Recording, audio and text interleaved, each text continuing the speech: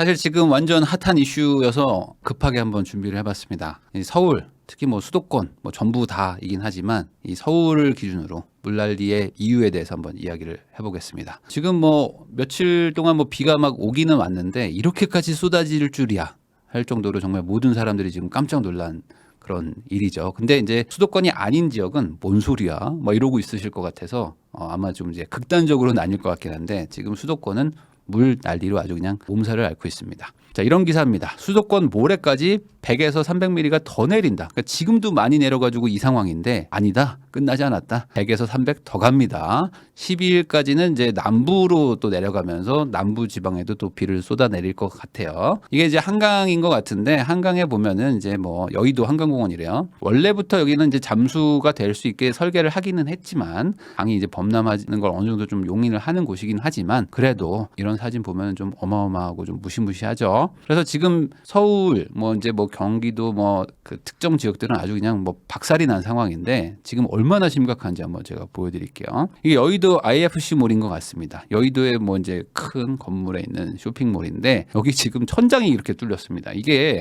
비가 워낙에 갑자기 집중적으로 오다 보니까 이 건물들에도 보면 건물이 이제 철골이 있고 뼈대가 있지만 중간중간에 막 인테리어들을 하면서 이렇게 특히 이제 천장 같은 데들은 이렇게 매달아 놓습니다. 위에 이제 뭐 보나 이런 데다가 이제 달아가지고 매달아 놓는데 여기 이제 물이 막 쌓이는 거죠. 그러니까 이 물 무게 때문에 막 터지는 거예요. 그러니까 위에서부터 막 쏟아져 내려오니까 약한 곳들을 막 터트리면서 퍽퍽퍽퍽 터집니다.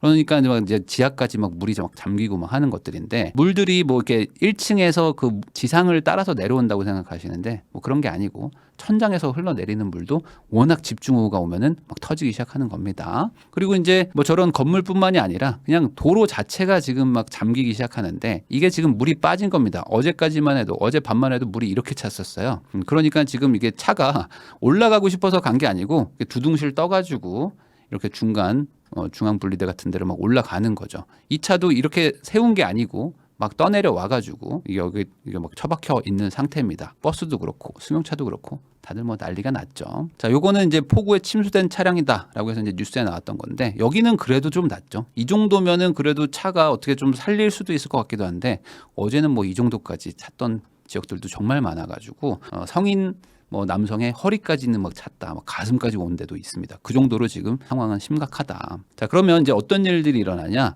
반대로 이제 물 속에 잠기는 거다 보니까 바닥 부분이 막 일어나기 시작합니다. 특히 이제 이런 아스팔트나 이제 이런 자갈층 이런 것들이 분리가 되기 시작해요. 이게 뭐 물론 아무리 뭐 다짐을 하고 뭐 시험해가지고 뭐 강도를 맞춰놓고 하더라도 말 그대로 물 속에 잠겨버리면 부력이라는 것도 있고 하면서 막 뜨는 거죠. 그러면서 일부 지역은 막 흙이 깎여 나갑니다. 그러면 어떻게 되죠? 아스팔트만 떠 있고 밑에가 공동이 생겨요. 그런 걸 이제 싱크홀이라고 합니다. 근데 여기 차가 지나간다? 그럼 차가 갑자기 막 지하로 막 빠지기 시작하고 막 떨어지고 하는 거죠. 그러니까 지금 비가 오고 물이 많다라는 거는 결국에 도로든 건물이든 아주 취약해진다고 보시면 됩니다. 결국에 이 건설, 뭐 토목은 물과의 싸움이거든요. 근데 물이 이렇게 많이 쏟아져 내렸다? 어딘가는 문제가 생길 수밖에 없다. 자, 그러면 제일 걱정되는 부분은 어디입니까? 지하철 아닙니까? 물은 위에서 아래로 흐르는 거고 땅 위에서 땅 속으로 내려가는데 지하철로 다 모이겠네요. 그래서 뭐 이거는 이수역 사진인 것 같은데 뭐 아까도 말했듯이 지하로 막 물이 내려오니까 어딘가로 막 물이 몰려오죠. 그러면 여기가 약하다 하면서 팍 터지는 거야. 그럼 물이 막 쏟아져 내리고 그럼 이게 가만히 있겠어요? 아니죠. 그냥 이 입구로도 막 흘러내립니다. 그럼 이게 어디로 갑니까? 플랫폼으로 가는 거죠. 그럼 플랫폼으로 가면은 지하철이 막 물이 잠기는 거예요. 근데 지하철은 어떻게 됩니까? 지하철은 전기로 가는데 물이 닿는다? 그럼 다 난리 나는 거죠. 그러니까 이제 차량을 다 세워야 되고 막 공사 어떻게든 차수벽을 막 세워야 되고 그래도 안 되니까 펌핑을 하는데 전 지역이 다 이런 일들이 일어나니까 어떻게 되겠어요? 뭐 안 되는 거죠. 이거는 뭐 운행을 해보려고 해도 할 수가 없는 겁니다. 그러니까 지하철 침수된다? 그러면 어떤 구간을 딱 잡아가지고 막을 수밖에 없는 거고 그 구간이 너무 길다? 그러면 전 노선이 쓸 수도 있는 겁니다. 자, 뭐 이런 사진도 있습니다. 요거 아마 그 9호선 저기 뭐 강남구청 뭐 이쪽인 것 같은데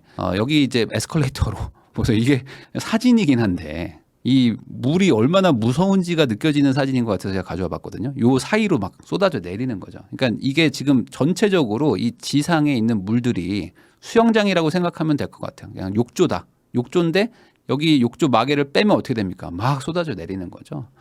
그러면서 밑으로 막 차 내려가는데 비가 그치면 어떻게 좀 빼보겠는데 비가 계속 오는데 그러니까 이게 욕조에 샤워기를 틀어놓고 마개를 빼놨는데 마개로 나가는 물보다 쏟아지는 샤워기 물이 더 많으면 어떻게 됩니까? 계속 더 차는 거잖아요. 이건 뭐 지금 답이 없는 상황이다. 그래서 뭐 이런 사진도 있습니다. 어제 그 강남역 쪽인 것 같은데 이분이 이제 차가 이제 그 침수가 돼 버렸는데 주변이 엄청 높아요. 지금 차가 이 정도면은 허리춤까지 온 거잖아요. 근데 이런 상황에서는 오히려 움직이는 게 위험할 수도 있거든요.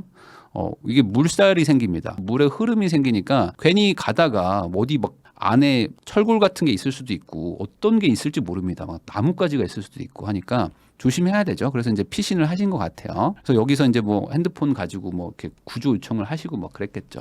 어쨌든 뭐 이런 사진도 있습니다. 자, 근데 그러니까 인간은 또 그 대비를 할 수 있는 동물이잖아요. 그러다 보니까 또 피해가 없는 곳도 있습니다. 여기 유명한 건물인데 강남역 인근에 있는 곳인데 보세요. 이 동영상 보면은 이 차수벽을 세워놨죠. 그래가지고 밖에 보면은 이게 지금 도시가 맞나? 강이 막 생겼는데 도시에 여기에 이제 차수벽을 세워가지고 전혀 피해를 안 받은 곳이 있습니다. 근데 여기는 과거에도 한번 이슈가 됐던 곳입니다. 2011년도에도 한번 이렇게 차수벽을 세워가지고 이게 인터넷을 떠들썩하게 한번 달군 적이 있습니다. 아니 선견지명을 어떻게 이거를 했냐 하면서 2011년도에 한번 유명했던 곳인데 이번에 11년 만에 또 한번 대홍수가 일어났는데 다시 한번 이 차수벽이 빛을 발했다. 근데 이번에는 어땠어요?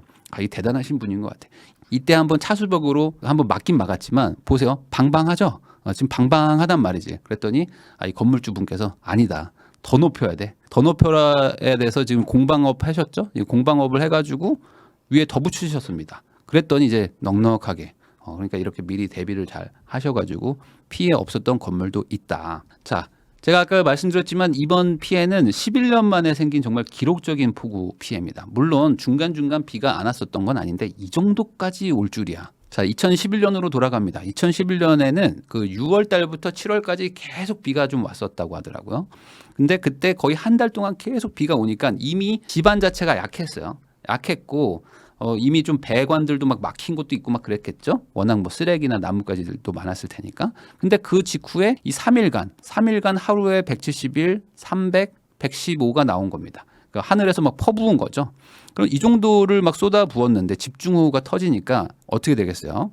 이제 막 그 난리가 나기 시작합니다. 그때 이제 우면산 산사태에서 이때 좀 안타깝게도 이제 좀 사망 사고도 나고 막 했었는데 말 그대로 산이 이렇게 쏟아져 내린 거예요. 그러니까 이게 약간 그 물처럼 이제 유동화가 일어납니다. 흙이라는 건 물론 고체처럼 이제 고정되어 있긴 하지만 이 물이라는 거를 만나게 되면은 어느 순간 이제 임계점을 넘어가면 막 쏟아져 내리면서 이렇게 크림처럼 흘러내리거든요. 근데 이게 흙이다 보니까 워낙 무겁잖아요. 그러니까 물도 사실은 많이 모아놓으면 무거운데 이거는 흙이니까 완전 그냥 어떤 특정 지역들을 이제 집어삼키기 시작하는 거죠.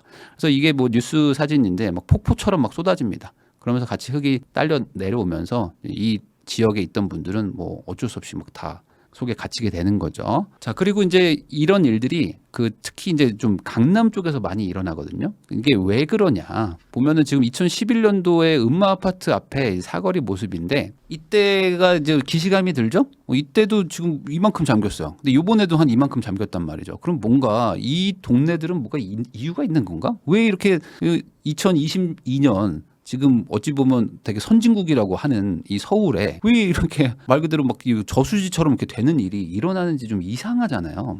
근데 이게 이유가 있습니다. 똑같죠? 2022년의 모습이 아까랑 똑같다. 이 버스의 반 정도니까 거의 자기 사람 키 높이 정도로 잠긴다고 보시면 되고요. 그리고 이제 이런 사진도 있더라고요. 이 버스 정류장에 혼자 계신 거예요. 근데 이분도 빠지면 안 되니까 어떻게 해요? 여기 그 의자 위에 올라가 있는데 거의 신발까지 높이가 온 거잖아요. 근데 지금 주변은 뭐 갈 수도 없고. 그리고 요거 사진 보이세요? 이게 뭐냐면은 이제 삼성동 그 무역센터 앞에 있는 맨홀인 것 같은데 이 밑에 배관이 있을 텐데 이 배관이 이제 물이 가득 찬 거죠. 가득 찼으니까 이제 수압이 엄청 셀 거 아닙니까? 그러니까 이제 잠깐 뭐 안에서도 파도도 칠 거고 그러면은 이제 공기가 일로 분출되는 겁니다. 이제 수증기처럼 막 뿜어 올리는데 맨홀이 막 튀어나가기도 하고 막 그렇습니다. 그래서 조심하셔야 됩니다. 맨홀 뚜껑 열려 있는 곳들도 있어요. 그래서 이런 데를 함부로 걸어가면 안 된다. 갑자기 맨홀 속으로 빠질 수도 있는 거니까요. 잠깐 뭐 사진들 보여드리긴 했는데 특히 서울, 특히 강남에서 물난리가 나는 이유에 대해서 조금 설명을 해드리면은 이게 예전에 한번 일어났었다고 그랬잖아요. 2011년도에. 그래서 그때 이미 다들 뭐 아시는 분들도 아시겠지만 이 지역 자체가 강남이라는 곳 자체가 원래 물이 좀 범람하는 지역입니다. 어느 정도 좀 평지 지역이기도 하고 그러다 보니까 좀 지대가 낮은 곳들은 유독 좀 물이 쏠리는 거예요. 이 서초 역삼동이 역삼은 특히 좀 언덕이 좀 심하죠. 언덕에서 물이 막 쏟아지는데 면적 전체에 비가 내리는데 결국에 물은 여기로 모이죠. 강남역 인근으로 막 모이는 거예요. 그러면 실제로 이 강남 쪽 입장에서는 거의 2배 이상의 물이 막 쏟아지는 거잖아요. 그럼 그거를 내가 배수를 하지 못하면은 말 그대로 물에 잠겨버리는 거죠. 그래서 제가 이걸 지형도를 보여드리면은 여기 제가 동그라미 쳐놓은 데 있죠. 여기가 이제 강남역입니다. 강남역 보면 어때요? 주변이 산과 언덕으로 이렇게 둘러싸져 있죠. 그러니까 여기에서 내린 물들은 다 일로 가는 겁니다. 지금 이쪽 강남역으로 막 오는 거예요. 그러면 어떻게 되겠어요? 여기는 배수가 안 되면 완전히 물이 이제 호수처럼 생기는 거고 여기 동그라미가 음마 아파트입니다. 아까 그 음마 아파트에 막 차 잠긴 거 있잖아요. 여기도 보면은 탄천이 있지만 이렇게 지금 크게 보면은 여기도 이게 저지대죠. 여기도 물들이 막 이렇게 내려오는 거예요. 그리고 여기가 이제 테헤란로인데 테헤란로 쪽도 어쨌든 이 강남구청이나 청담 쪽에서는 물이 막 내려오니까 여기도 막 역류하기 시작하는 거죠.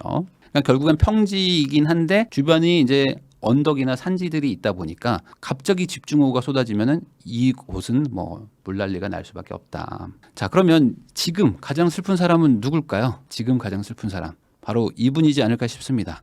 11년 전에 일어났다고 했잖아요. 그때 11년 전에 일어났을 때 물난리가 일어났을 때 시장이 누구냐? 오세훈 시장입니다. 근데 이분이 11년 동안 계속 시장을 한 게 아니에요. 이분이 중간에 안 했어. 안 하고 요번에 다시 한 거거든요. 근데 이때 한번 물난리 나고 중간에 쉬었다가 다시 돌아왔는데 이때 또 터진 거예요, 지금. 그래서 예전에 하도 막 그 물난리가 심하니까 막 이런 오세이돈 뭐 이렇게 좀 안 좋은 그런 평가까지 받으셨는데 이분 입장에서는 지금 엄청나게 아픈 기억이지 않겠습니까? 그러면 이분이 시장이 됐는데 안 했겠어요? 대비를 하려고 하지 않았을까? 대비를 했겠죠. 자, 이런 기사가 있습니다. 오세훈 시장입니다. 작년 5월인데 시간당 85mm의 폭우도 감당을 가능하다. 예산 닿는 만큼 설치한다. 시장이 되시고 나서 바로 물 문제를 잡아야 된다. 그래서 500억짜리 반포천 유역 분리 터널을 만들었다. 이게 지금 그 GTX 있죠? GTX 만드는 것처럼 쉴드 TBM 공법 뭐 이런 것들을 해서 그 땅 속으로 이제 말 그대로 배수로를 만드는 겁니다. 그래서 이런 걸 만들어서 물을 좀 분산을 시켜야 돼요. 아까 같이 그 저지대에 막 물이 막 쏟아져 들어오는데 이거를 반포천으로도 빼고 뭐 어떻게든 빼야 되잖아요.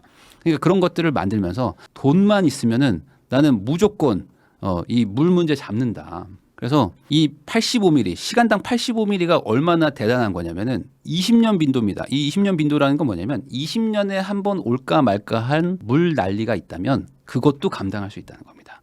그러니까 그 정도의 폭우도 감당하기 때문에 이제 걱정 없어요 라고 생각을 하셨다 이거죠. 근데 어떻게 됩니까? 오늘 사진입니다. 자연 앞에 인간은 참 무력한 존재죠. 그래서 20년 빈도? 야, 웃기지 마. 이번에는 80년짜리로 간다.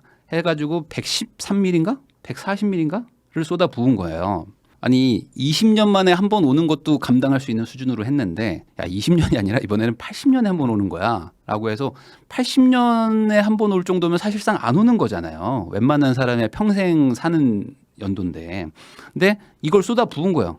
그러니까 뭐 개인적으로는 참 오세훈 시장이 너무 좀 운이 없다. 이렇게까지 했는데도 80년이 올 줄은 몰랐겠죠. 개인적으로는 참 안타깝다. 대비를 했는데 왜 그러냐면 이 80년 빈도라는 건요 사실상 하면 안 돼요. 왜냐하면 80년에 한 번 올 거에 예산을 태워? 이 말이 됩니까 여러분들?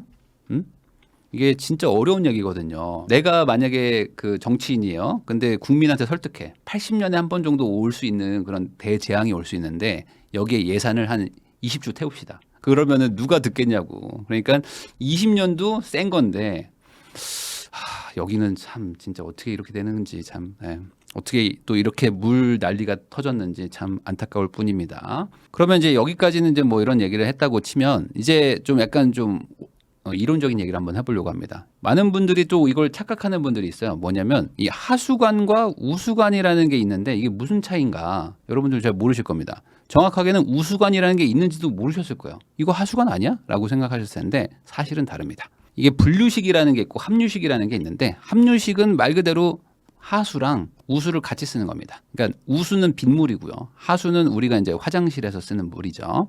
식수는 아니고, 상수는 먹는 물이고, 하수는 뭐 사용하고 난 더러운 물이라고 생각하시면 됩니다. 근데 이걸 함유로 하는 데가 있어요.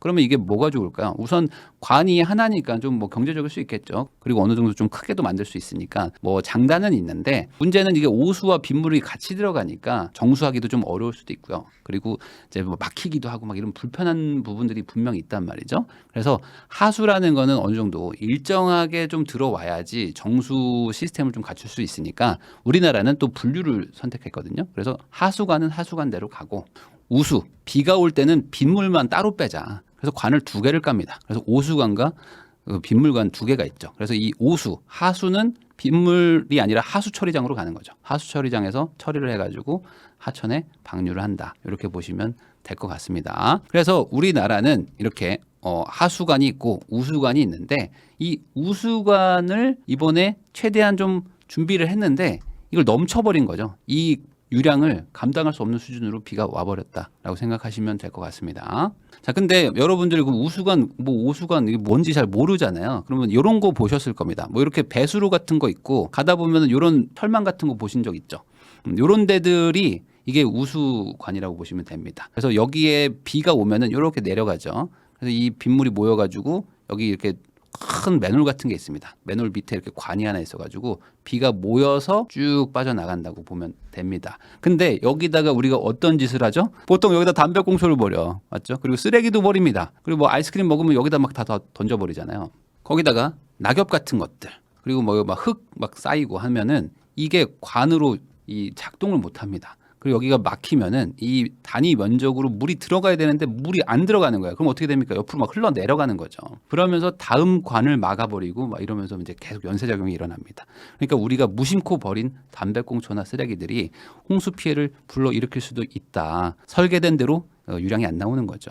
그럼에도 불구하고 또 힘든 일이 있을 때는 꼭 그 어떤 그 시민들의 힘으로 또 피해를 줄이는 일들이 있죠. 그래서 또 미담이 또 있습니다. 서울의 이제 어떤 지역에서 소위 이제 글을 작성해 주신 분이 슈퍼맨이다라고 불렀던 분인데, 이분이 이제 그런 걸 아신 분인 것 같아요. 그래서 이 우수관의 이 철망에 막 쓰레기가 엄청 많았을 거 아니에요. 그러니까 물이 안 빠지고 계속 막혀서 흘러 내려가는 거예요. 물이 점점 방방방방 차오르는 거죠. 그러니까 이분이 안 되겠다 생각해서 힘이 좋으신 것 같아요. 그러니까 좀 어느 정도 좀 근력도 있으시니까 이게 무겁거든요. 이걸 드러내가지고 막 손으로 빼내시는 거를 볼 수 있죠. 그리고 이렇게 해서 다시 덮어놓으면은 이제 물이 이제 쫙 빠지면서 수위가 내려갔다. 아마 이분 때문에 몇 센티미터 이상은 내려가지 않았을까. 이런 분들이 어쨌든 있기 때문에 또 우리 또 피해를 좀 어느 정도 막지 않았을까. 이분뿐만이겠어요. 아마 서울에 수천 명, 수만 명이 이런 일을 하시지 않았을까 생각합니다. 자, 그럼 여기까지는 이제 뭐 지금까지 일어났던 일인데, 그럼 앞으로는 어떻게 될까라는 얘기도 이제 궁금하잖아요. 뭐 제 나름의 생각을 좀 정리를 해보면, 여러분들 그거 아세요? 우리나라에서 망고가 나온다. 애플 망고. 사실 뭐 애플 망고라는 거는 한국에서 뭔가 먹기는 어려운 거고 어디 뭐 여행을 가야지만 먹을 수 있다. 뭐 이렇게 생각을 하시는데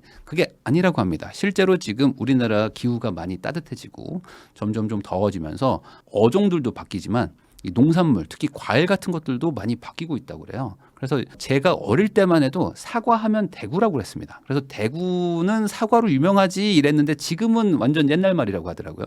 그래서 지금은 오히려 한 포천 정도 와야지 사과가 있다. 영월, 포천 이런 데 사과가 나오고 여기 안 된다 이제는. 그만큼 지금 뭔가 그 작물 재배가 계속 북상하고 있다고 합니다. 그래서 이제 2070년 정도 되잖아요. 그럼 우리나라는 이제 확연한 동남아 날씨가 될 것이다. 그래서 지금 제주도에서 한라봉이 나오는데 이게 충주 정도로 올라올 것이다. 이제 한라봉이 아니라 이제 충주봉이 되는 거지. 그러니까 이게 뭘까? 나주봉, 나주봉, 충주봉 이런 거 되는 거고, 이제 춘천에서 사과가 나오고, 이제 막 멜론도 나옵니다. 이제 강원도에서 멜론을 막 키우고 이런 일들이 이제 일어날 것이다.